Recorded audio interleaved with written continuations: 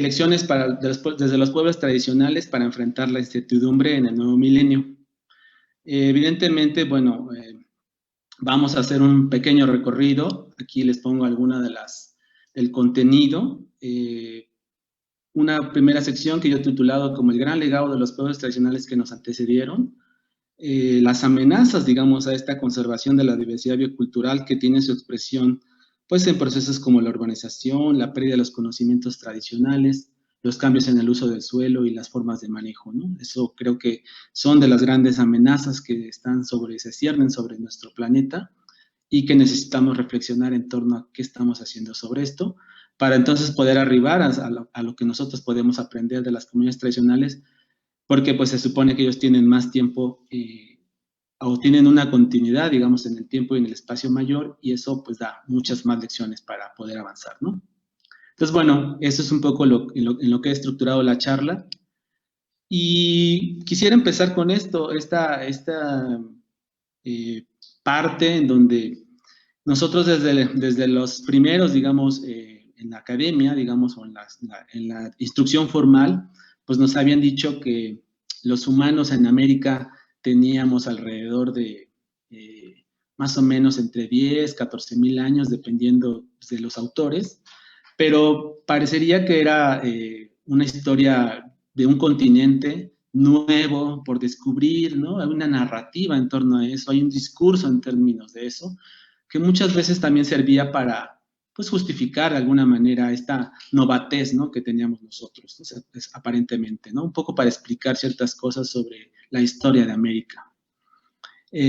Bueno, pues recientemente, en julio de este año, salió este artículo que me parece, pues, que le da una patada en el pesebre, digamos, a todo el paradigma de pues sí, como del poblamiento de América, y empieza a simbrar, digamos, ese edificio con el que, ya este discurso con el que se había tratado a esta narrativa, digamos, con lo que se había tratado de que el continente americano era muy nuevo, ¿no?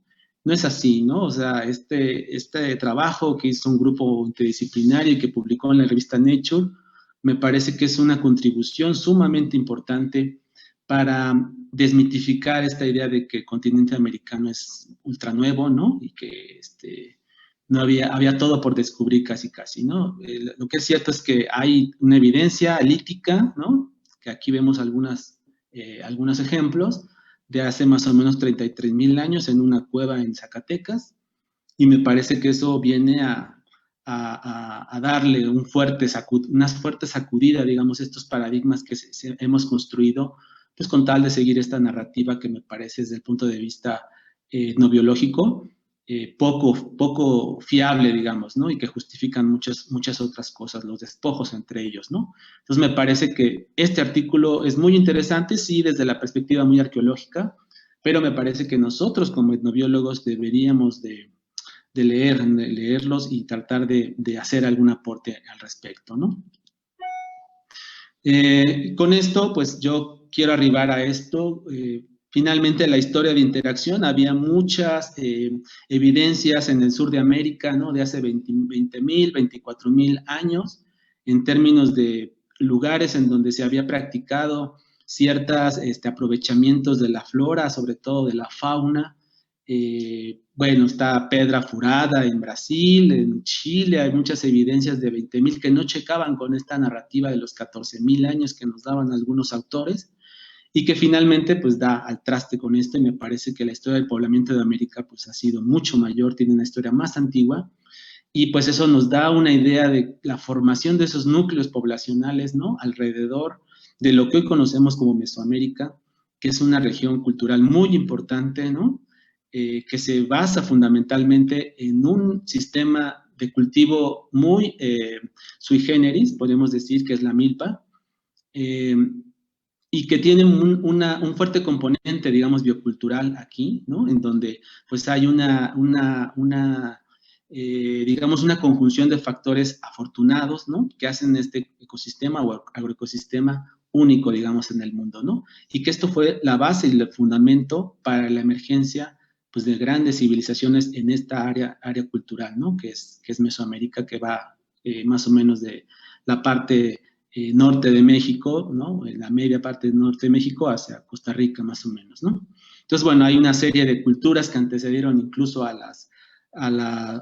digamos, las culturas anteriores a lo que son las culturas prehispánicas, pero que nos parece que es importante tratar de identificar también muchos de esos factores, muchos de esos aportes que hacen algunos de ellos. Lamentablemente, pues al no haber escritura, al no haber otras evidencias, pues de manera indirecta podemos ver algunos de su huella, alguna de su impronta que han dejado esas culturas en el occidente de México, en el norte, en la zona de la península de Yucatán, en el sur del país, etcétera, ¿no?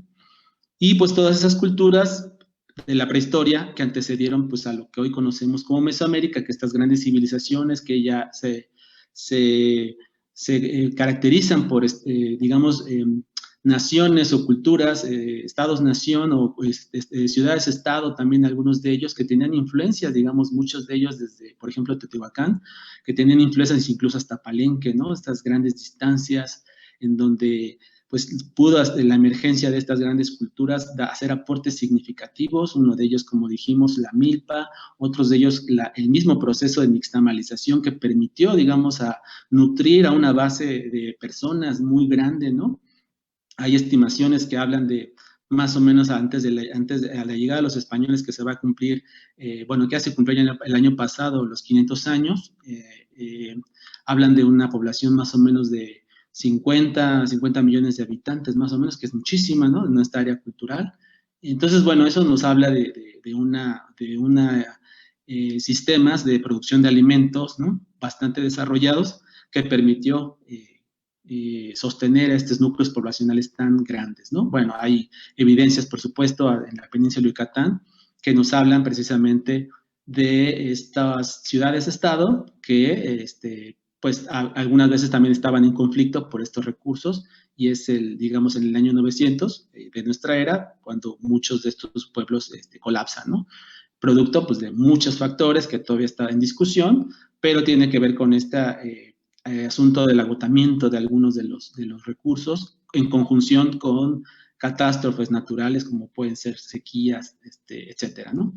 Entonces, bueno, pero tenemos culturas importantísimas, desde los aportes como los olmecas, ¿no? Esta idea de la deificación de la naturaleza, ¿no? Como tal, ¿no? Que hace una matriz muy importante para muchos pueblos, o el hecho de, por ejemplo, los campos elevados, que vamos a ver un poco más adelante, que es la experiencia que se tienen en muchas áreas de México y que permitieron replicarlos en lo que es las chinampas, etcétera, ¿no? Estos sistemas intensificados, el mismo cultivo del cacao, la domesticación de muchas plantas, pues va a hacer que estas culturas puedan sostener a núcleos poblacionales y hacer aportes muy importantes en diversas disciplinas, en las matemáticas, en la astronomía, en las tecnologías agrícolas, en la poesía, etcétera, ¿no?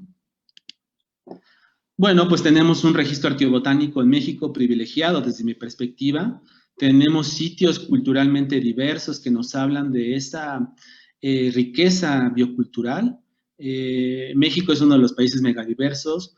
Tenemos más o menos, particularmente con las plantas, un universo de 23.300 especies de plantas vasculares. De estas, más o menos, el doctor Caballero, Javier Caballero, hizo una estimación de 7,000, aunque en los últimos años ya de su vida él estuvo trabajando muchísimo para hacer como una sistematización de la base de datos de plantas útiles de México, de la BADEPLAM, y él pudo estimar que más o menos, teóricamente puede haber incluso 11,500 especies. Estábamos hablando que entre el 30 y el 50% de la flora de México es una flora útil, ¿no? Y bueno, pues hay muchas razones para explicar esto, pero una de ellas más importante es las diversas miradas, los diversos universos que se conjugan en este espacio que hemos llamado Mesoamérica y México en particular, ¿no? Entonces hay diversos sitios, digamos, como el Valle de Tehuacán, como Guileana Kitz en Oaxaca, etcétera, que nos dan una idea de la dimensión de esta diversidad cultural, de cómo pudo haber apropiado de ese espacio y de la naturaleza como tal, ¿no? En la actualidad tenemos 69 idiomas, 364 variantes dialectales en 62 grupos culturales, que es un patrimonio muy importante, ¿no? Para nuestro país, para tener uno de los sostenes más importantes para el futuro, ¿no? Y lo que nos hace ver también un poco de optimismo, ¿no? A diferencia de otros países en donde esta diversidad, pues, desde mi perspectiva, es un seguro para para la incertidumbre, ¿no? Este es uno de los dos grandes capitales, o de estos grandes, digamos, aportes de las civilizaciones mesoamericanas, ¿no? Aquí hay un cuadro en donde nos hablan de toda esta riqueza, digamos, de maíz, precisamente un recurso de Mesoamérica para el mundo, en donde hay algunas fechas, digamos, de probables fechamientos de algunos de ellos, ¿no? Algunos restos arqueobotánicos, olotes, semillas como tal, ¿no? En donde se puede ver una progresión continua hacia la domesticación, de iniciar con pequeños olotes muy chiquitos hasta tener lo que en la actualidad esa diversidad increíble para diversos fines, ¿no?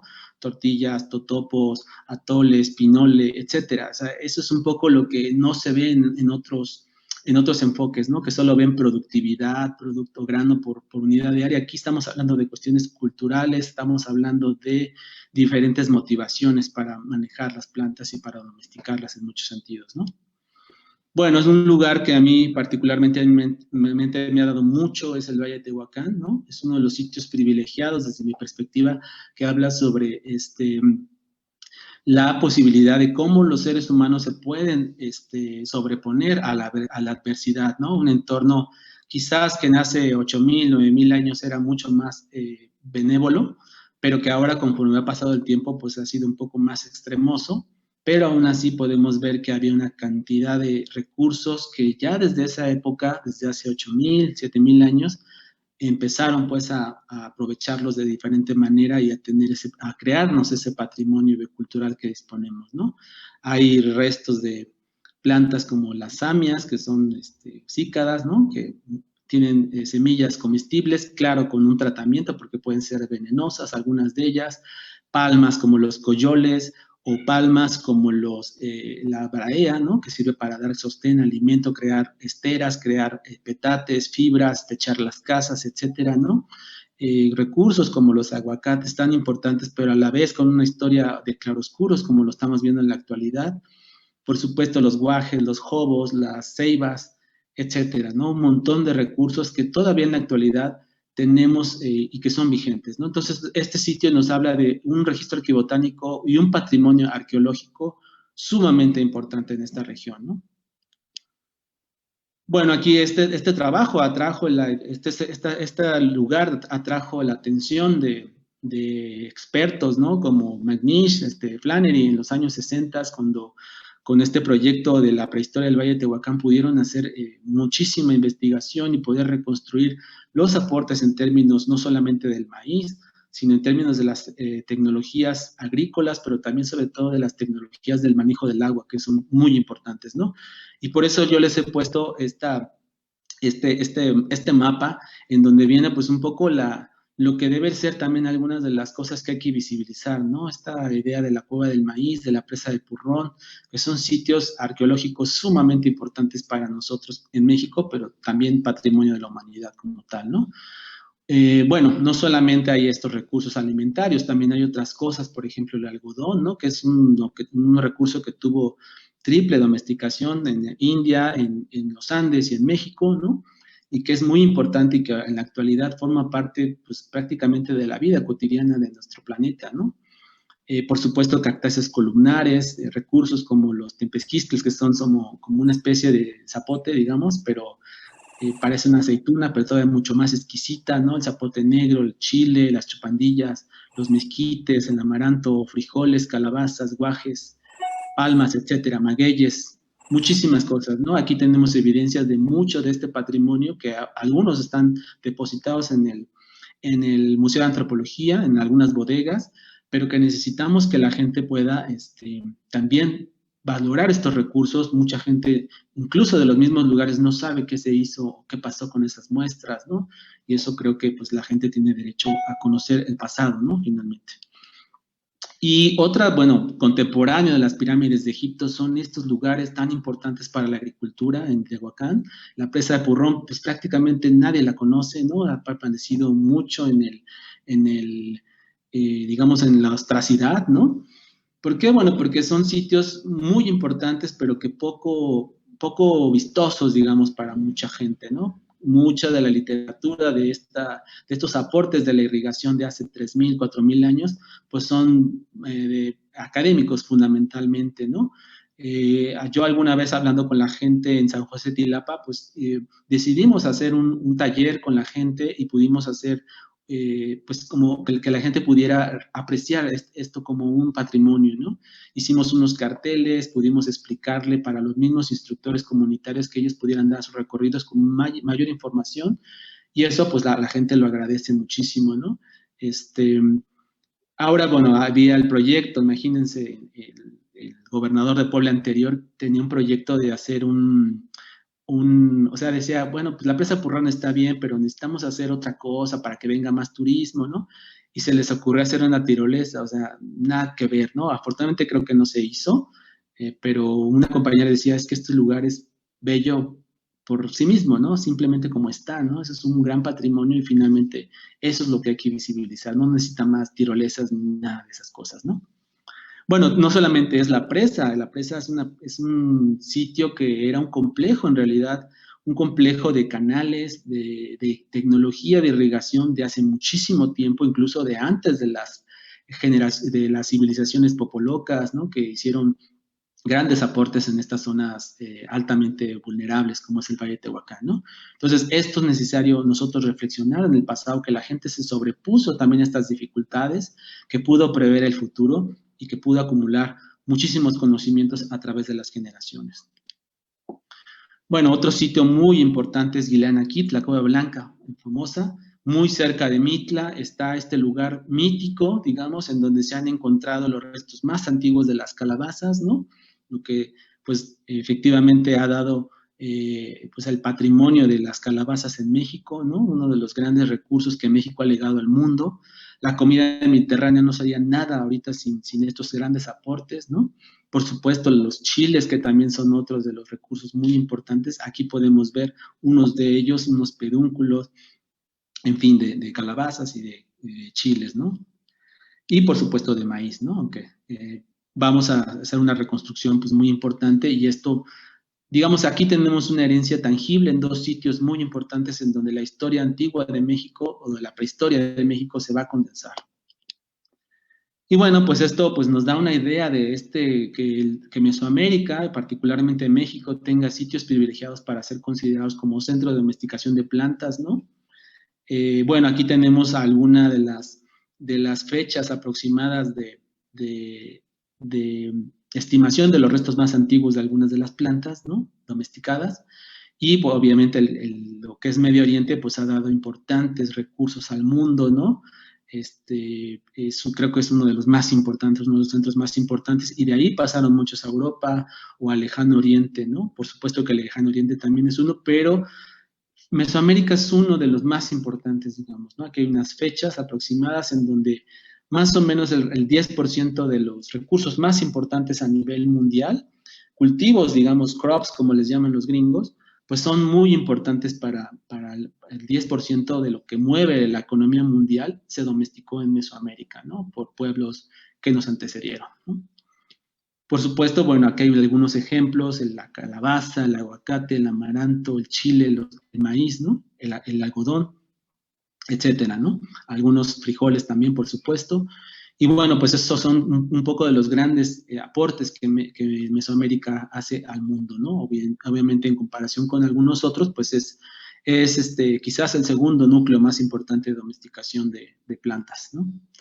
Pero también de centro de diversificación, digamos, los mismos españoles cuando llegan y traen el trigo, pues México se convierte como un centro de diversificación del trigo, ¿no? Porque este relieve tan accidentado de nuestro país, pues permite la adaptación a diferentes microclimas, y eso va a hacer que se generen, digamos, nuevas variedades, ¿no? de trigo. Y pues México es un centro muy importante. No de embalde, aquí hay un centro de investigación de maíz y trigo, que es el que se encarga, digamos, de hacer una colección de todas las accesiones de maíz y trigo a nivel mundial, ¿no? Bueno, ahí ya vamos a ver después que tiene, pues, también un claroscuro, digamos, estas instituciones, ¿no?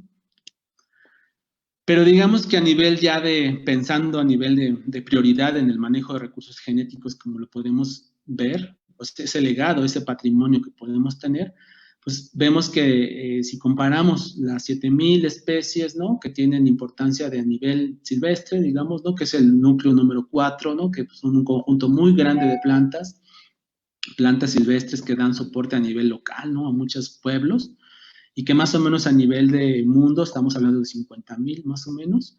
Yo diría que es mucho más, son más de 7.000, puede ser alrededor de 11.000, como dice el doctor Caballero, quizás, como dijo el doctor Caballero. Hay otro nivel, digamos, más regional, ¿no? Donde hay recursos en procesos incipientes de domesticación, ¿no? Más o menos estamos hablando entre 800 y 1.200 especies. Más o menos en el mundo hay más o menos 6.000, un poquito menos de 6.000. Entonces nos está hablando de que una sexta parte de esos recursos también lo conforman nuestro país, ¿no? Y bueno, ya un recursos a nivel más, digamos, quizás a nivel nacional que tienen un importante aporte, digamos, pues son 200 especies más o menos que mueven la economía, etcétera. Y estamos hablando de 3.000 especies a nivel mundial. Y como les digo, más o menos 20 especies que son las más importantes a nivel de México, que forman parte de esas 100 especies que mueven la economía del mundo, ¿no? El algodón, el aguacate, el maíz, el cacao, etcétera, ¿no? Todo tiene su origen en estos pueblos que se asentaron en esta zona. Bueno, también no nos vamos a quedar afuera de y consideremos a los animales. Particularmente Mesoamérica es mucho más pobre en esto, evidentemente, y hay muchas razones que se pueden discutir. Pero bueno, hay una teoría acerca de la extinción, digamos, de que los pueblos que antes eran prehistóricos pudieron haber extinto a algunos animales que pudieran, a la megafauna en particular, cosa bastante discutible, ¿no? En muchos sentidos, pero bueno, esta es una de las razones para pensar que hay poco material, digamos, para poder domesticar en torno a los animales, ¿no? Pero bueno, vemos que quizás, digo, Medio Oriente ahí se domesticó todo, prácticamente las cabras, las ovejas, los cerdos, algunos perros, algunos vacas, etcétera. Vemos que aquí hay poco, ¿no? Uno de ellos, pues el guajolote, ¿no? O los pavos, como quieran decirle, ¿no? Pero no solamente eso, también hay perros, digamos, y también algunos invertebrados como la grana cochinilla, al igual que por ejemplo en China, los gusanos de seda, aquí pues la grana cochinilla fue un tinte muy importante que durante la época de la colonia e incluso antes formó una parte de una compleja red de comercio, de intercambios y de división del trabajo también, ¿no? Forjó riquezas, forjó imperios y bueno, pues la grana cochinilla es una de las grandes materias primas de la época colonial, ¿no? Haciendo que México y quizás Perú, bueno, la Nueva España, fueran de las joyas de la corona en muchos sentidos, ¿no?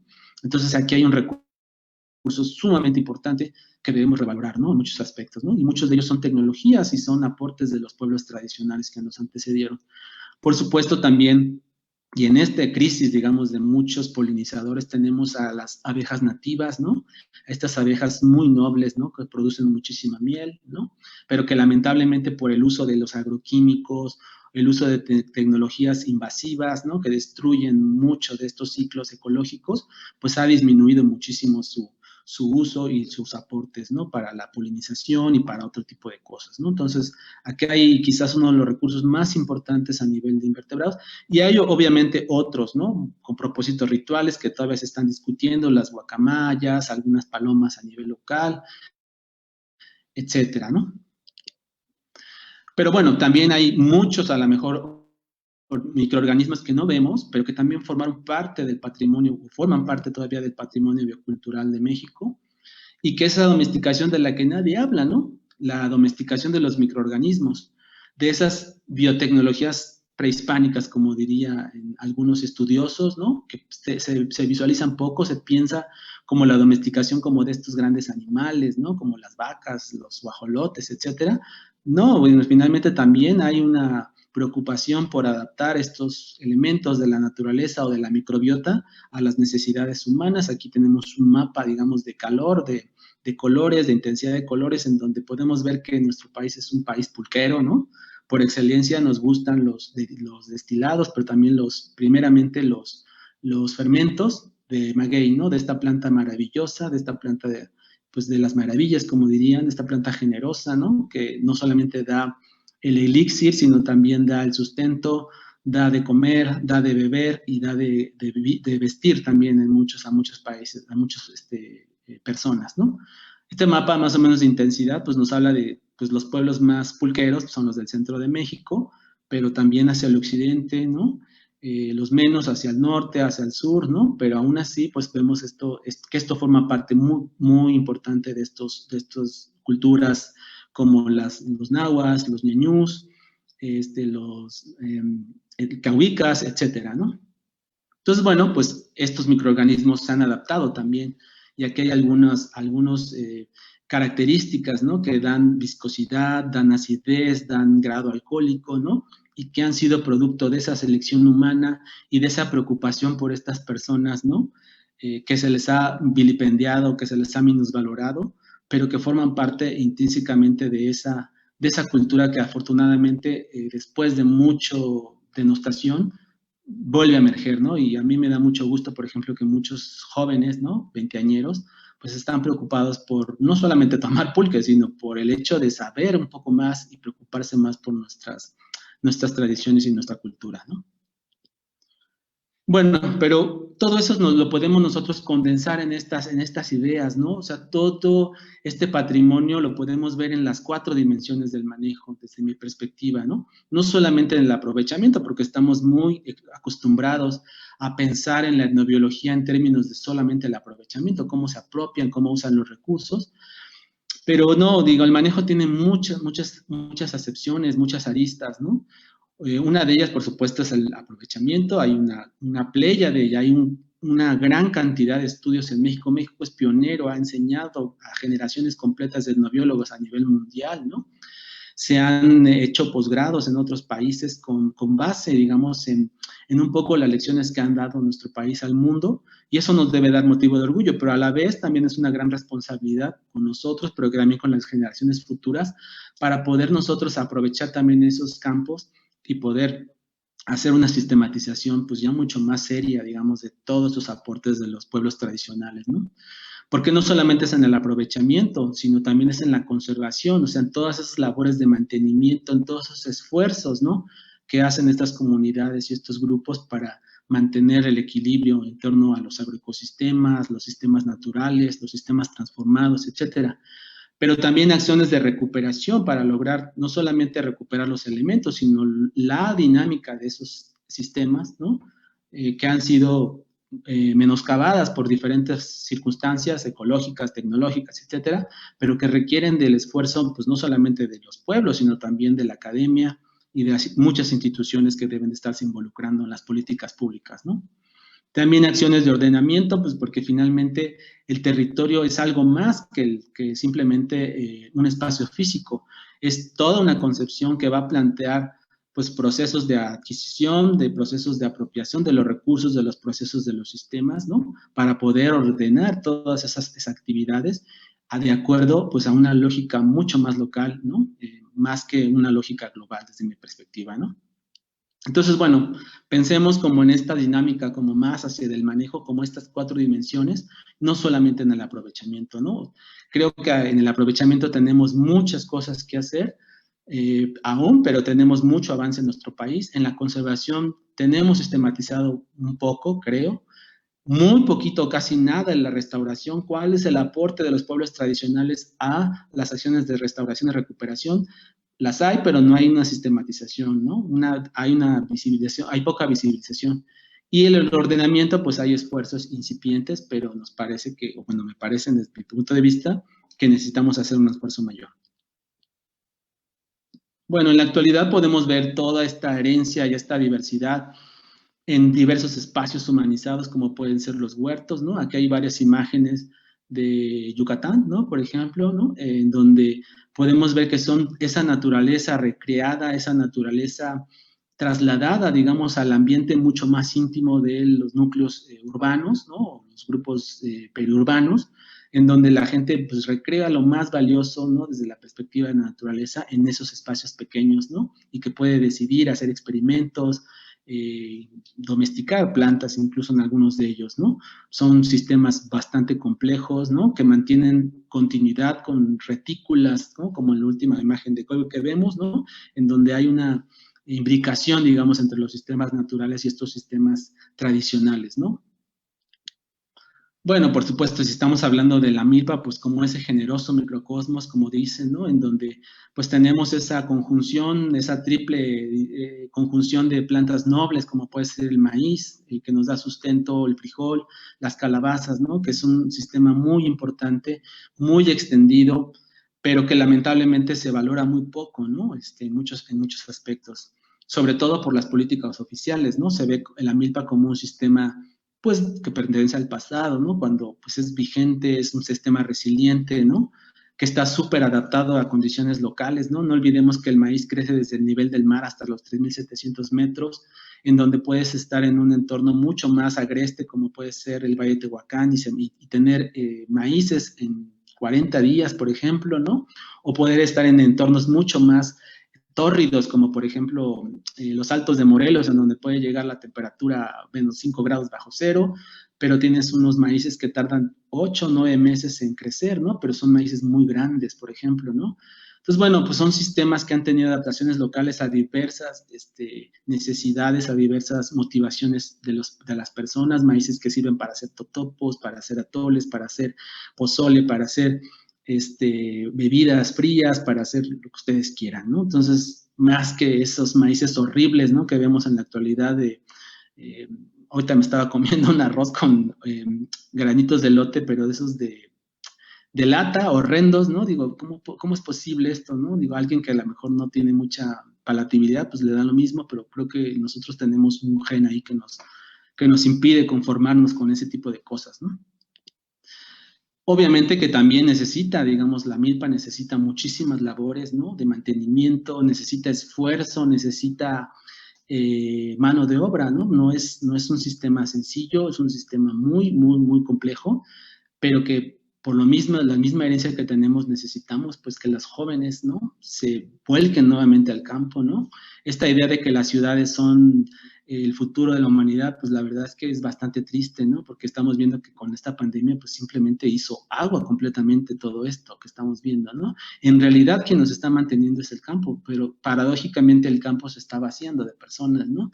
Y con ello, pues se está perdiendo toda esta herencia, estas formas de hacer la milpa, esta forma de recrear la naturaleza, estas formas diferentes de apropiarse de los espacios, ¿no? Entonces me parece que esto es una gran pendiente que tenemos y que necesitamos hacernos un hueco en nuestra alma, en nuestra existencia, para poder ir hacia adelante y aprender de estos pueblos, ¿no? Obviamente que ha colonizado diversos entornos, desde los áridos, ¿no? Hasta los entornos más benévolos, ¿no? En términos de pluviosidad, en términos climáticos, etcétera. Pero eso, pues, por eso es un sistema que ha sostenido, digamos, a la humanidad durante al menos 5,000 años. También, bueno, pues esto lo vemos en sistemas mucho más intensificados, como los campos elevados, las chinampas, etcétera, que son verdaderos portentos de tecnología, ¿no? O sea, aquel que piense que la tecnología solamente son los celulares o las computadoras, pues está bastante lejos de pensar qué es la tecnología. La tecnología es esto que estamos viendo, ¿no? O sea, es recrear la naturaleza en espacios como esto, como un lago, ¿no? En donde aparentemente no hay tierra para cultivar, pues la tierra se extiende, ¿no? Es una prolongación, digamos, con esfuerzo humano, ¿no? En donde se nutre esta matriz, digamos, de cuestiones y que permite a las sociedades, a los grupos culturales que hicieron uso de esto y que hacen todavía en la actualidad, pues poder sostener a núcleos poblacionales con mucha producción de alimentos, digamos, ¿no? De manera muy clara. Fueron sistemas y han sido sistemas, digamos, que son portentos de habilidad técnica y de productividad, ¿no? Son sistemas bastante resilientes, sistemas que se construyen, digamos, desde una idea, una estrategia que se tenía y que, bueno, hemos visto que cómo han ido en detrimento muchos de ellos por desconocimiento, por ignorancia o simplemente por el abandono de esas políticas públicas que pueden incentivar este tipo de cosas que, bueno, pues en el triste caso de Xochimilco, pues se ha convertido en un bar, digamos, en los fines de semana, y lo vemos así. Digo, afortunadamente hay todavía otras experiencias, pero el lugar es muy bonito, pero más que un jardín, son lugares que todavía pueden producir muchísimas cosas, sobre todo para ciudades tan complicadas como Ciudad de México u otras ciudades, ¿no? Entonces, aquí tenemos un ejemplo de esos paisajes culturales que nos pueden servir como experiencias para poder tener un seguro para la incertidumbre en el futuro. Obviamente que los acaduales, que son sistemas también muy dinámicos, ¿no? De agricultura itinerante, que quizás, digamos, en esta época, pues es un poco más difícil, digamos, de tener por las densidades poblacionales que se tienen, pero que también fueron parte importante, ¿no? Esos sistemas de descanso que permitían la regeneración, la conectividad con los paisajes silvestres, ¿no? El reciclaje de nutrientes. En sí, tenemos mucho de dónde cortar como para poder aprender que podemos hacer las cosas distintas, ¿no? Obviamente que también tenemos esta agricultura que se dejan un montón de elementos arbóreos, ¿no? Como los tlacololes, ¿no? Que permiten mantener la fertilidad del suelo incluso en pendientes tan elevadas como estas, ¿no? Evitar la erosión, etcétera. O, bueno, los agrobosques tienen también una cuestión muy importante, ¿no? Ahora en la actualidad vemos de agrobosques de café, de cacao, de vainilla, de maguey, de piña, que son experiencias muy interesantes para poderlas replicar, porque obedecen a otra lógica, a la lógica de la racionalidad ecológica, al sentido de la escasez, ¿no? Al sentido de la diversificación que todos esos pueblos tenían y previendo el futuro, ¿no? La incertidumbre, pues hacían, digamos, tomar medidas, ¿no? Contra esa incertidumbre en donde no se le apostaba a una sola cosa, sino a diversificar. Ese es el mejor seguro, digamos, contra la incertidumbre. Y bueno, pues los agrobosques son un ejemplo de eso, ¿no? Y tenemos ejemplos en muchas partes de nuestro país, ¿no?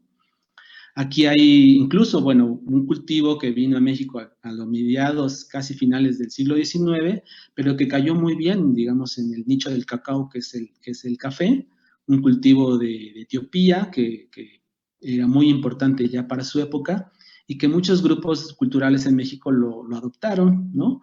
Pero que le imprimieron su propio sello, ¿no? Aquí vemos, por ejemplo, esto es en la Chinantla, este es un trabajo de Fabio Bandeira, un alumno del doctor Caballero, en donde él, pues no le interesaba simplemente estimar cuál es la diversidad del tipo de café, sino qué hay, digamos, en el cafetal, más allá del café, ¿no? Pues son sistemas complejos, muy diversos, heterogéneos, ¿no? Que varían en el espacio, en el tiempo, también muy variables en términos de las culturas diferentes, en los entornos ecológicos en donde se asientan, y que hay diferentes formas de hacer el café, ¿no? Entonces hay plantas medicinales, plantas ornamentales, plantas para comer, etcétera, para autoconsumo, para vender, etcétera, ¿no? Entonces son sistemas que han probado su eficacia a lo largo del tiempo y que pueden ser muy adaptables a las diferentes condiciones, ¿no? Aquí hay otros ejemplos muy importantes. Bueno, por supuesto el cacao, porque pues fue un cultivo muy importante en la época prehispánica, ¿no? Quizás yo creo que uno de los más importantes en términos de su alcance y de su importancia para muchas culturas, ¿no? Que lo practicaban y que, bueno, en la actualidad todavía sigue siendo uno de primera línea para algunos grupos, ¿no? Somos sistemas muy diversificados que necesitamos conocer, digamos, más a fondo de toda esa dinámica, ¿no? Quizás menos conocidos pues son estos agrobosques de piña, que son, digamos, cultivos amazónicos, pero que han sido naturalizados, han sido internalizados, han sido adaptados, digamos, a otras lógicas, como es el occidente de México, ¿no? En donde las piñas crecen bajo un dosel muy importante, ¿no? Y que son producciones agroecológicas, producciones sostenibles, ¿no? Diversificadas, que pueden servir de ejemplo para muchas personas, ¿no? Obviamente que también estamos hablando de sistemas más locales, ¿no? Que quizás no conocemos, como los sistemas agroforestales, de milpa, cactáceas columnares, ¿no? Que son sistemas bastante estresados, pero que tienen lógicas múltiples, ¿no? Por ejemplo, las partes bajas son sistemas para cultivar más convencionalmente la milpa, digamos, como un monocultivo. Ya los sistemas intermedios pueden ser sistemas que albergan una gran diversidad agroforestal y sistemas silvestres que pueden ser de cactáceas, en este caso, que pueden ser para recolección algunos de ellos, ¿no? Son sistemas que obedecen a diferentes lógicas, a diferentes tiempos, pero también a diversos intereses de las comunidades que hacen caso de ellos, ¿no? Entonces hay que visibilizarlos. Bueno, es un trabajo de Ana Isabel Moreno que es muy interesante, en donde podemos ver que hay diferentes contribuciones, digamos, de esos sistemas a mantener la diversidad local, ¿no? tanto árboles aislados, islas de vegetación, franjas contra la erosión o linderos, estos cercos vivos que albergan más o menos en promedio a unas 28 especies. En total podemos estar hablando de cerca de 50 a 60 especies, o sea, entre el 70 y el 80% de la diversidad de flora nativa está siendo conservada en estos sistemas, que para muchos, por ejemplo, las políticas oficiales significan sistemas estáticos, sistemas antiguos, ¿no? En fin, ¿no? Yo recuerdo que alguna vez Ana Isabel nos contaba que, voy a regresar a esta, decía que los técnicos, voy a decir no voy a decir el nombre de los técnicos, pero algunos técnicos de algunas dependencias oficiales decían que cómo es posible que dejaba a la gente esos árboles y ellos les pagaban por hectárea. Entonces necesitaban pues necesitaban ser productivos, ¿no? Cuando la gente tenía elementos como estos que vemos aquí, como que conservaban por diversas motivaciones, ¿no? Plantas medicinales, etcétera, forrajes, etcétera. Y bueno, pues la gente, pues son esas políticas públicas que van completamente en la dirección contraria a la diversidad y al mantenimiento de esa diversidad, ¿no? Entonces, pues es como desaprender cosas, ¿no? Los técnicos a veces muy soberbios, los académicos también, necesitamos como voltear la mirada a estas experiencias de las comunidades, ¿no? Obviamente, bueno, hay sistemas como estos, ¿no? Los agrobosques de agaves, ¿no? Donde se produce raicilla, que es pues un destilado de agave, ¿no? Como agave maximiliana, ¿no? Que vemos trabajos bien interesantes de cómo son esos sistemas diversificados, sostenibles, que permanecen pues mucho más en otra lógica, ¿no? Lo mismo con agave nequirens, con mezcales más regionales en Michoacán, ¿no? Donde son estas producciones, no el tequila, no estos desiertos azules, ¿no? Sino estos sistemas mucho más amigables, ¿no? Que tienen mucho que darnos. Lo mismo, por ejemplo, con cupreata en Michoacán, en Guerrero, etcétera, que son estos sistemas que parecerían sistemas naturales, pero no, son movidos, digamos, por las motivaciones humanas. Y bueno, pues en la B de Tehuacán vemos agave escaposa también en este sistema milpa chichipera para ser destilados, pero también fermentados, ¿no? Donde cumplen un papel muy importante a nivel regional. Bueno, también estamos pensando pues en estas, no solamente como sistemas para producir como tal destilados o bebidas fermentadas, sino también, por ejemplo, sistemas de soporte que dan humedad o que retienen el suelo, mantienen la humedad del suelo o que pueden ser atractores de polinizadores o etcétera, y que son estos sistemas, por ejemplo, como las terrazas, el mitepantle, ¿no? Que todavía subsisten en la actualidad, aunque van mucho en retroceso, ¿no? Este sistema del mitepantle, que son estas terrazas de magueyes, ¿no? Intercaladas con Juniperus de peana, el famoso sabino en las partes de Tlaxcala, ¿no? Que son sistemas que cumplieron o que cumplen un papel muy importante en diversos entornos, ¿no? ¿Para qué? Pues para estabilizar el terreno, pero también sirven como sistemas en donde se puede hacer milpa, pero también se puede producir michote, se puede producir gusanos de maguey, se puede producir pulque, se puede producir hojas para la barbacoa, se puede producir cacayas, estas botones florales, ¿no? En fin, ¿no? Muchos usos que puede tener, ¿no? Bueno, este es San Felipe Hidalgo en Tlaxcala, en donde pues podemos ver, no sé si ustedes vean, pues un terraceo increíble, ¿no? Que es esfuerzo de diversas generaciones a lo largo de cientos o incluso miles de años, ¿no?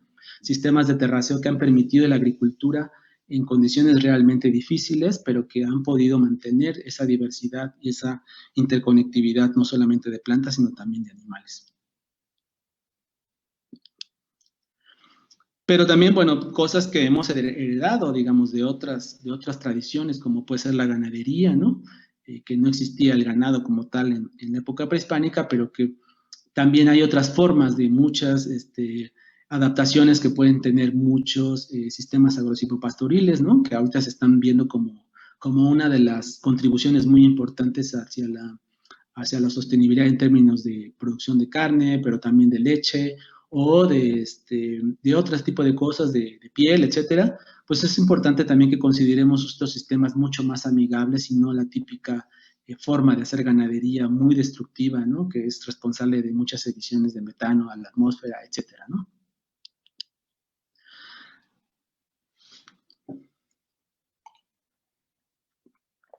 Ay, perdón.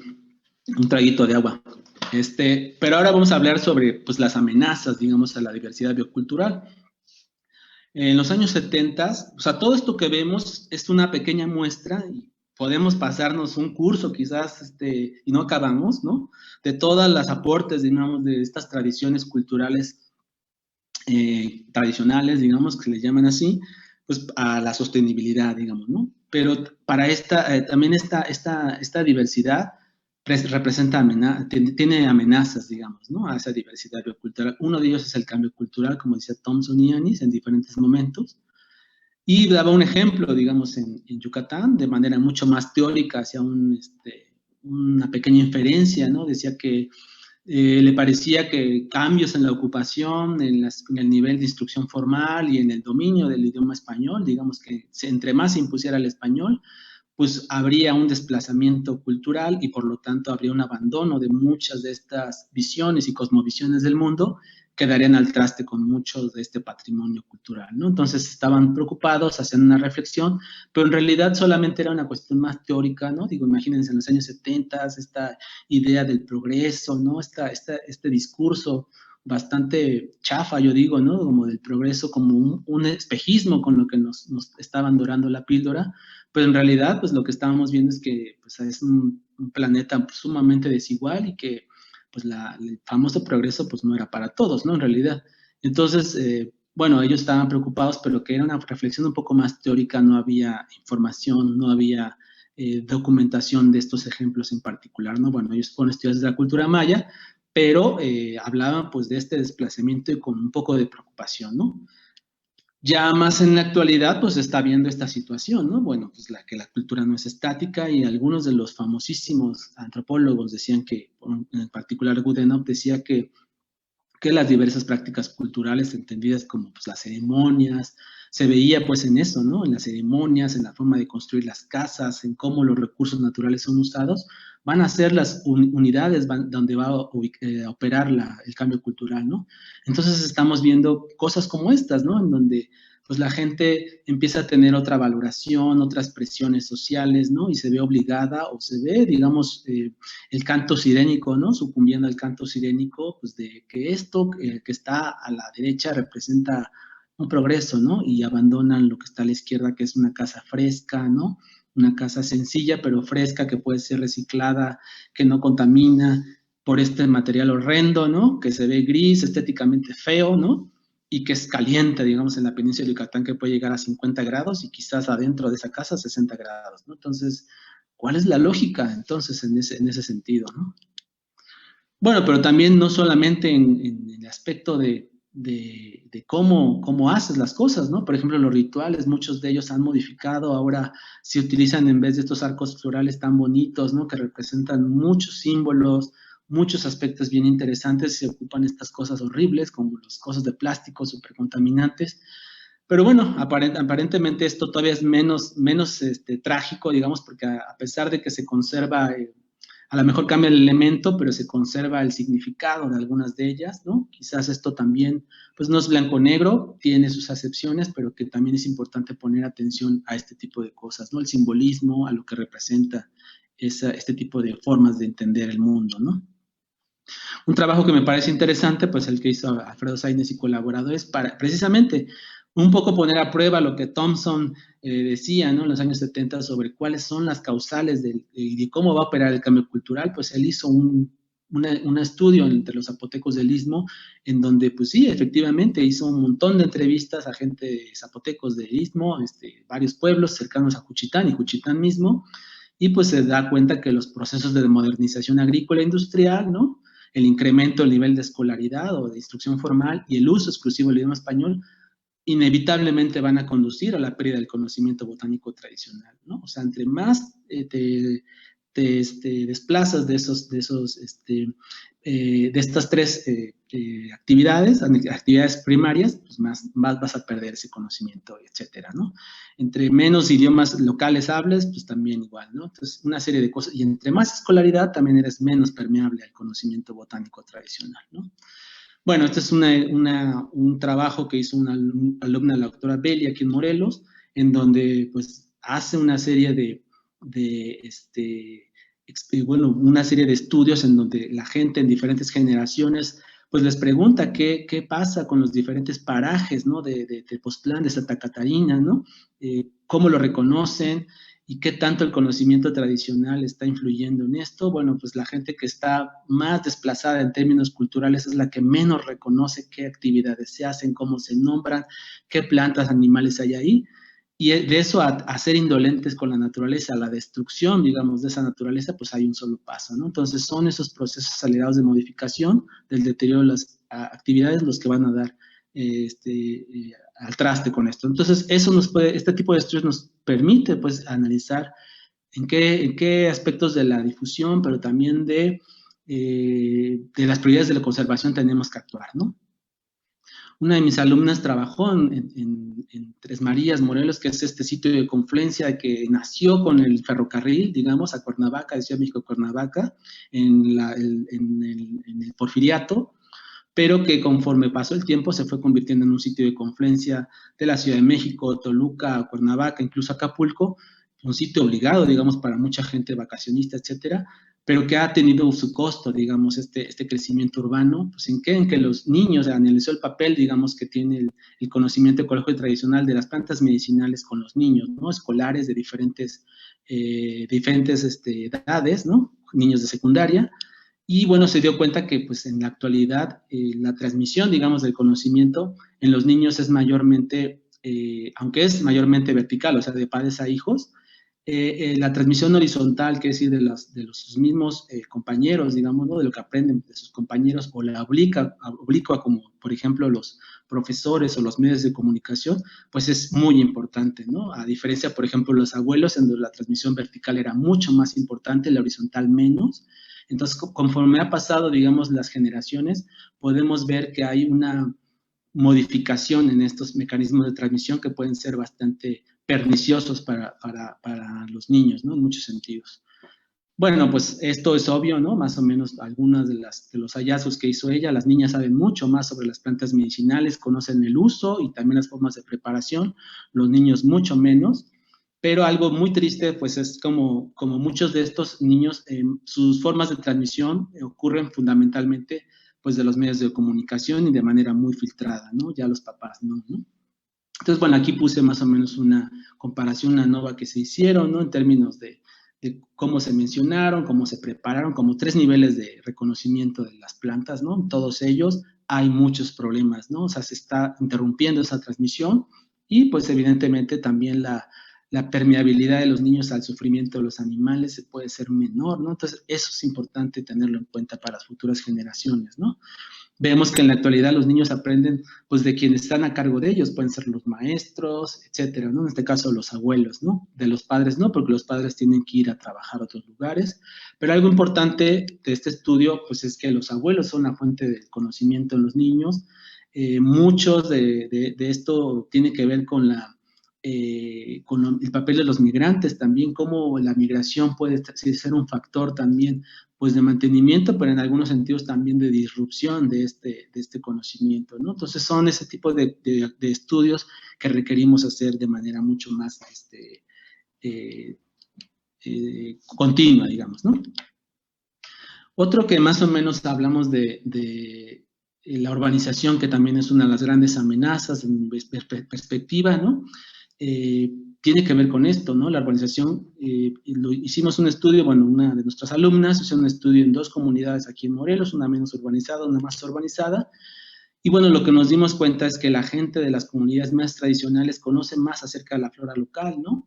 De las plantas silvestres, ¿no? Utiliza mayores plantas nativas, a diferencia de las comunidades más urbanizadas que, aunque saben mucho por la misma confluencia de diferentes culturas, tienden a saber más sobre las plantas introducidas y los intercambios o la forma de conocerlo está mayormente relacionado con el comercio o hierberías, etcétera, no tanto de contacto directo con la naturaleza, ¿no? Entonces ha habido un desligue de los entornos naturales y eso también va a representar una serie de problemas en el futuro, ¿no?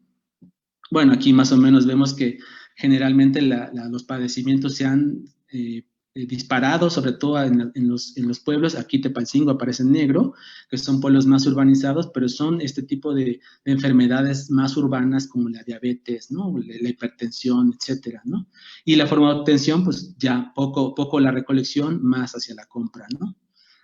Aquí hay algunas de las plantas que podemos ver, mayormente las que están en color amarillo son plantas introducidas, y las que no tienen, pues son plantas nativas. Vemos que los pueblos mucho menos urbanizados son los que usan más plantas nativas y los otros más plantas introducidas. Esto va a tener también consecuencias en el futuro para la conservación de los entornos aledaños.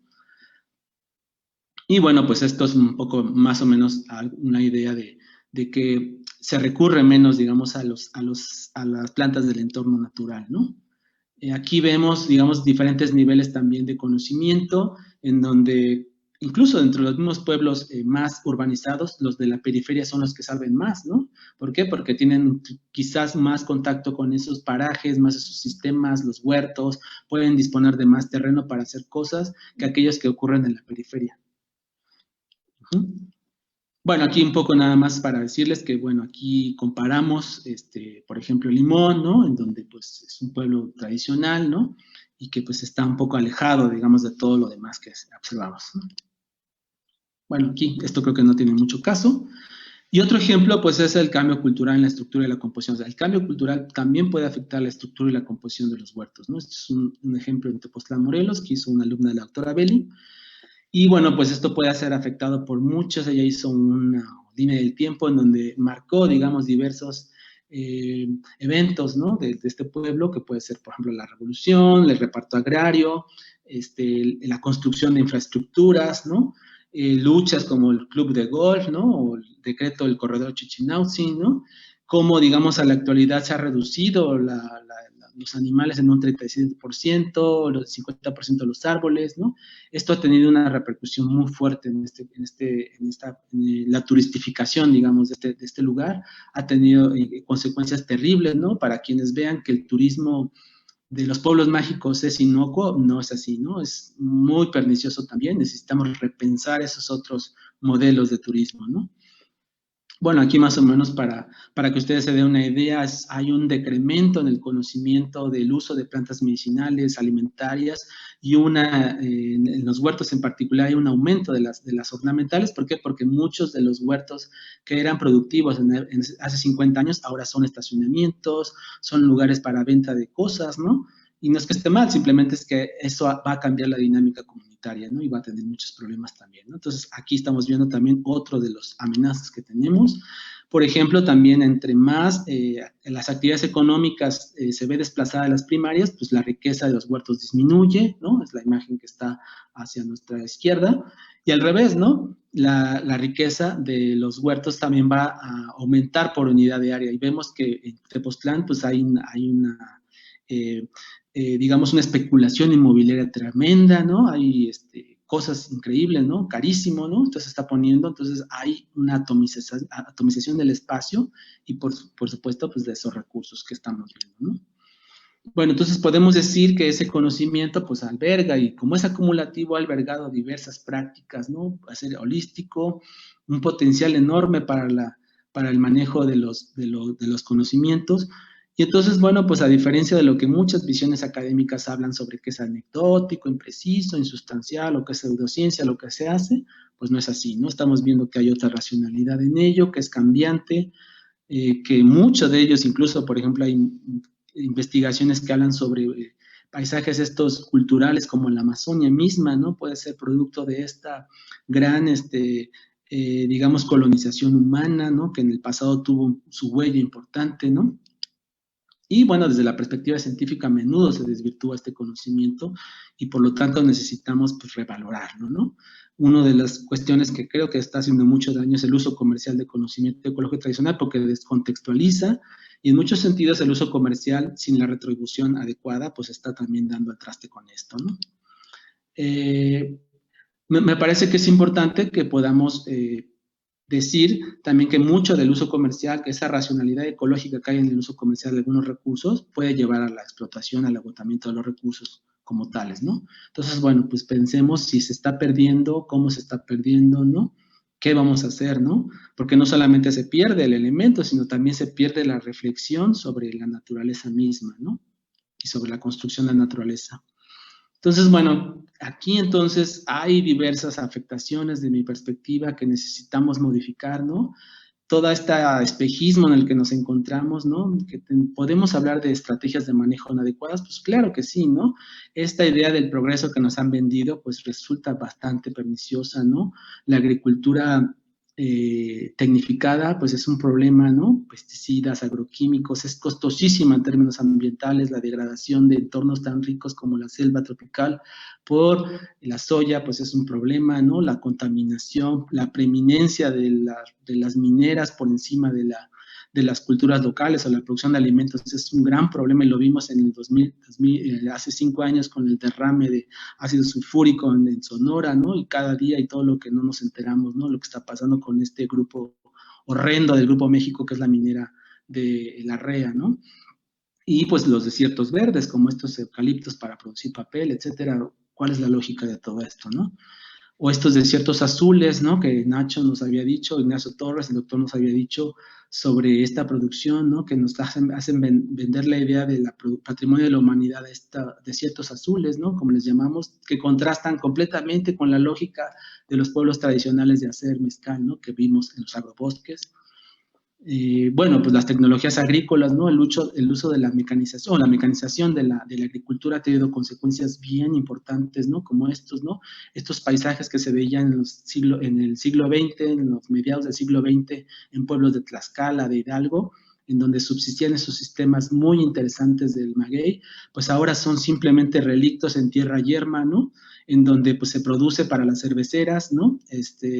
La gente ha abandonado muchos de estos campos y ha abandonado su seguridad alimentaria por un poco de dinero o trabajando como maquiladores en muchos pueblos de Hidalgo o de Tlaxcala, ¿no? Esta idea de los sistemas agroforestales y la conservación, pues contrasta con este espejismo y estas cosas que nos han vendido, ¿no? De la agricultura de café a sol pleno, ¿no? Estas experiencias que tenemos en otros países en donde no las queremos aquí y que me parece que nos venden como una idea de progreso que no es tal, ¿no? Los biocombustibles que se piensa como una alternativa para esta locura en la que estamos viviendo, pues tienen problemas porque compiten con la producción de alimentos, pero también degradan el ecosistema, ¿no? Necesitamos biocombustibles o más bien necesitamos repensar el modelo en el que estamos insertos, ¿no? Por eso, bueno, yo creo que había que pensar en esto de las energías limpias, qué tan limpias son, ¿no? En términos de si seguimos manteniendo el mismo sistema, pues eso va a ser un gran problema, ¿no? Los cultivos de la palma de aceite es algo que está en la selva lacandona ahorita y en otros países pues ha estado, pues se constituye una tragedia ambiental como tal, ¿no? Que necesitamos repensar, reflexionar nosotros. Obviamente que los megaproyectos, también esta idea de que entre más conectados nos vamos a ahorrar 15 minutos en esta carretera, pero ¿a qué costo, no? Atropellamientos de fauna, destrucción de acuíferos, en fin, ¿no? Estamos generando muchos problemas en el relieve, en el suelo, etcétera. Una de las cosas que me parece que no se pueden soslayar es la amenaza del Tren Maya, por ejemplo, ¿no? Que constituye uno de los grandes afrentas, me parece, a la diversidad biocultural de los pueblos de la península y en general de México.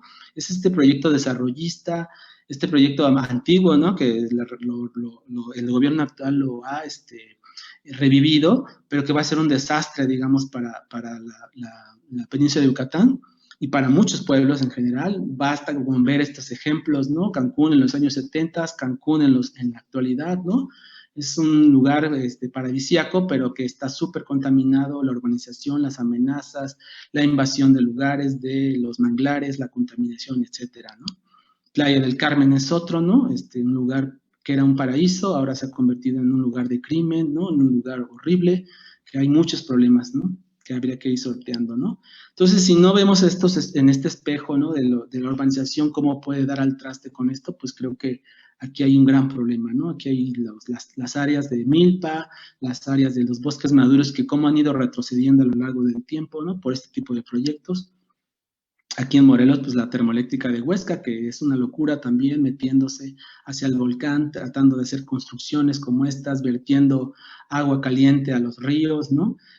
Quitándole el agua a los pueblos para mover estas termoeléctricas para la industria, pues hay que pensar, repensar estas lógicas, ¿no?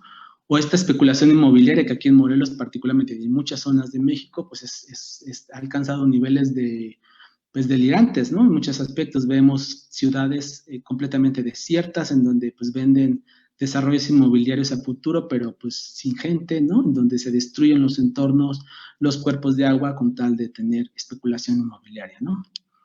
Y otro de los grandes amenazas que el gobierno actual apadrina, pues es transísmico, que digamos es muy preocupante, digamos que va a atravesar una zona muy importante como los Chimalapas, ¿no? Con toda la consabido problemática que tiene la urbanización de estos polos de desarrollo, que me parece que esas son las cosas que debemos reflexionar nosotros, ¿no? Y entre las elecciones del futuro, pues yo me quedo con estas frase, ¿no? Que dijo un campesino zapoteco a Helen Messer, ¿no? Guardamos las semillas de chipil para plantarlas cuando no hay en el campo, así tendremos verduras para comer, ¿no? Eso me parece que sintetiza toda esta idea de la previsión, de la racionalidad ecológica, del sentido de la finitud de nuestra vida incluso, y que tenemos que hacer algo para eso, ¿no? Cuando le preguntamos a la gente qué significa la incertidumbre, ¿no? En términos de usted qué puede hacer para el futuro, la gente dice, bueno, pues todo tiene que ver con el maíz, ¿no? Que tengamos el maíz, que tengamos tortillas para comer, ¿no? Que tengamos la semilla disponible, que no se apropie nadie de nuestra semilla, que los conocimientos se pierdan, eso nos va a significar incertidumbre, ¿no? Que no tenga la tierra para producir, ¿no? O que la recolección o la sobrerecolección pueda agotar los recursos, pero también tiene con la disponibilidad el agua, ¿no? Que es importante, la incidencia de incendios que es cada vez mayor, ¿no? O cuestiones que ya se relacionan con el cambio climático, ¿no? La incidencia de heladas, de granizo, todo eso constituye el universo, digamos, de las personas, de los miedos y de las incertidumbres para ellos, ¿no? De las preocupaciones. Sin embargo, pues la gente en las comunidades tiene muy claro cuáles son estas estrategias para enfrentar las incertidumbres desde el punto de vista ecológico. Uno de ellos tiene que ver con la diversificación, ¿no? Dijimos, bueno, más o menos vimos en los ejemplos pasados cómo la gente no pone los huevos en la misma canasta, sino en diferentes entornos, hace uso de diferentes estrategias en diferentes unidades ambientales, siembra maíz cuarentañero, digamos de 40 días, pero también siembra en unidades ambientales más frías, quizás para un maíz que puede ser de 8 meses, ¿no? También hace uso de recursos silvestres, pero también de cultivados, ¿no? Pensamos ahorita la agricultura como el sistema que provee la mayor cantidad de alimentos, pero también los sistemas silvestres son sistemas que aportan muchísimo, ¿no? Y que están poco estudiados, lamentablemente, ¿no? El uso de pues, tecnologías como la propagación vegetativa, ¿no? La rotación de áreas de extracción, el almacenamiento de semillas, incluso de plantas silvestres, es algo muy importante. Y en cultivos, pues es la rotación para evitar las plagas, la incidencia, etcétera, ¿no? O sea, hay lecciones y aquí las podemos tener, ¿no? Y las podemos visualizar. Un ejemplo de esto, pues es, por ejemplo, esto es la Sierra Negra, es un perfil, digamos, que yo hice alguna vez, en donde pues la diversidad de recursos, la variación, la temporalidad de los recursos es importante. La gente de la Sierra Negra tiene acceso a diferentes ecosistemas, el bosque de pino, el mesófilo, la selva mediana, el bosque de encino, la selva baja, el matorral, y hay gente que puede tener acceso a todo esto, ¿no? Y bueno, pues se juega mucho con el clima, ¿no? De un lado es más seco, de otro lado más lluvioso, entonces aquí es, digamos, el seguro. Les preguntaba, ¿qué hace usted para, yo siembro de este lado por si llueve mucho y del otro por si no llueve, ¿no? Entonces hay como una lógica diferente. Pero también hay estrategias socioculturales, ¿no? La cooperación, el uso de alimentos emergentes, el mismo comercio, digamos, o los intercambios, las normas de acceso que se conozcan, la migración y el empleo local. Se ha demonizado también a la migración, sí tiene muchos problemas, pero en muchos pueblos, en muchas comunidades tradicionales, la migración sostiene la agricultura, sostiene la milpa, sostiene el costumbre, sostiene a la economía local, ¿no? Entonces sí es importante también considerar el aporte de los migrantes, ¿no? Al mantenimiento de la cultura, ¿no? Porque es gente que ha dejado su alma, digamos, en México y se ha ido a otro país, lamentablemente, ¿no? Entonces, a nivel individual y colectivo, pues esto va a tener alcances a nivel local o regional. El uso de alimentos emergentes, pues ustedes lo conocen, ¿no? Digamos, mucha gente cuando no hay épocas de hambruna, épocas difíciles, la revolución fue uno de ellos, pero otros eventos también, pues han hecho uso, pues no solamente de maíz, completado con plátano, como en algunas zonas de los bosques mesófilos, sino también, por ejemplo, en Tlaxcala se completaba con el metzal, este raspado del maguey, se completaba el maíz para hacer tortillas amargas, pero finalmente era algo que daba de comer a las personas en tiempos difíciles, ¿no?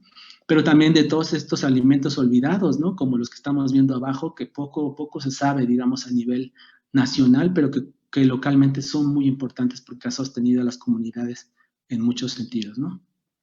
¿Qué lecciones podemos aprender de todos estos? Pues esa es la gran pregunta, ¿no? Que nos debemos hacer. ¿Qué vamos a aprender nosotros después de ver todo este panorama, ¿no? Bueno, pues las comunidades, como dice Stephen Broch, tradicionales, son ese término que de esas culturas sobrevivientes a la invasión europea que coexiste con lo que se le llama culturas nacionales, ¿no? La cultura mexicana no hay tal como tal, son muchas culturas, es un mosaico cultural con diferentes formas de entender el mundo y que debemos conservar, ¿no? Lamentablemente, por ejemplo, cuando vemos un mapa de los idiomas que se hablan en el mundo, pues parece que se hablan 11 idiomas, pero son más de 7,000 más o menos, y esos 7,000 contienen formas de entender el universo, de clasificar a los animales, de clasificar a las plantas, y ese es un patrimonio que debemos de considerar también nosotros como habitantes de este planeta, ¿no?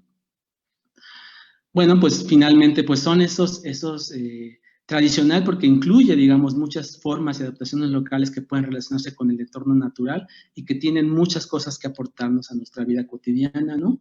¿Por qué los queremos estudiar? Porque son pueblos que han tenido continuidad en los últimos cientos o miles de años, ¿no? Que poseen tecnologías, que poseen una forma de mirar el mundo, que poseen formas de racionalizarlo, que poseen formas de entenderlo, pero también de mistificar la naturaleza, que es algo muy importante desde mi perspectiva, ¿no? Pero también son pueblos persistentes porque se niegan a dejar de existir contra las amenazas, contra los espejismos de la modernización, ¿no? Que nos las han vendido como el seguro para el futuro, pero en realidad es parte de esta pesadilla. Y también, pues, la defensa de la forma de vida, de gente que se quiere tener, que se respete la forma en que se vive, que se piensa, etcétera, porque son pueblos que han tenido la capacidad de adaptación a lo largo de mucho tiempo, que no se han sometido, digamos, o que han podido sacar ventaja también de innovaciones culturales, tecnológicas, etcétera, ¿no? Porque poseen tecnologías resilientes, ¿no? Tecnologías que parecieran muy sencillas, pero que han sido producto de miles de años de experiencia, ¿no? Porque son pueblos diversos que tienen muchísimo que darnos a la humanidad, ¿no? En alimentos, en medicina, en formas de construir las casas, en formas de mantenernos, ¿no? Porque se resuelve la lógica, el conflicto desde otras lógicas, ¿no? Mucho más participativas, más en el consenso, no en la humillación, porque tienen gran capacidad para compartir, porque saben de la racionalidad ecológica, saben elementos de la naturaleza, saben el sentido de la finitud, ¿no? Que tenemos y pues eso es importante también, ¿no? Porque también se organizan para tomar acuerdos, ¿no? Esto es una foto de Cherán, ¿no? Donde, pues, ese ejemplo es muy importante de cómo la criminalidad puede ser disminuida cuando la gente participa, ¿no? Y cuando hay una colectividad consciente que puede estar dispuesta a defender su bosque y su vida, ¿no? Porque también es el trabajo voluntario el que hace, ¿no? El que nos explican desde la colectividad, no desde la individualidad. Por supuesto, también la individualidad es importante, pero sobre todo porque uno puede aportar a su pueblo, ¿no? Como tal, para poder mejorar las condiciones de vida. Por supuesto, para la defensa, porque estamos ante una criminalidad que está en connivencia con el Estado, ¿no? Y que necesitamos echar mano de esas formas organizativas de las comunidades, ¿no? Y también para decidir sobre lo que se hace en el territorio, qué consumimos, cómo lo consumimos, qué producimos, para quién producimos, ¿no? Para la autonomía, como muchos pueblos zapatistas han dado ese ejemplo, ¿no? Y que me parece que es las grandes lecciones de lo que tenemos que hacer para el futuro. Y en general, pues para la conservación de la diversidad biocultural que se expresa, pues con esta imagen que me parece muy importante y que es digna, pues de que estemos conscientes de lo que tenemos dentro, ¿no? A fin de cuentas, para proteger la naturaleza, porque es el espacio en el que tenemos, el único espacio que tenemos para la convivencia. Muchas gracias.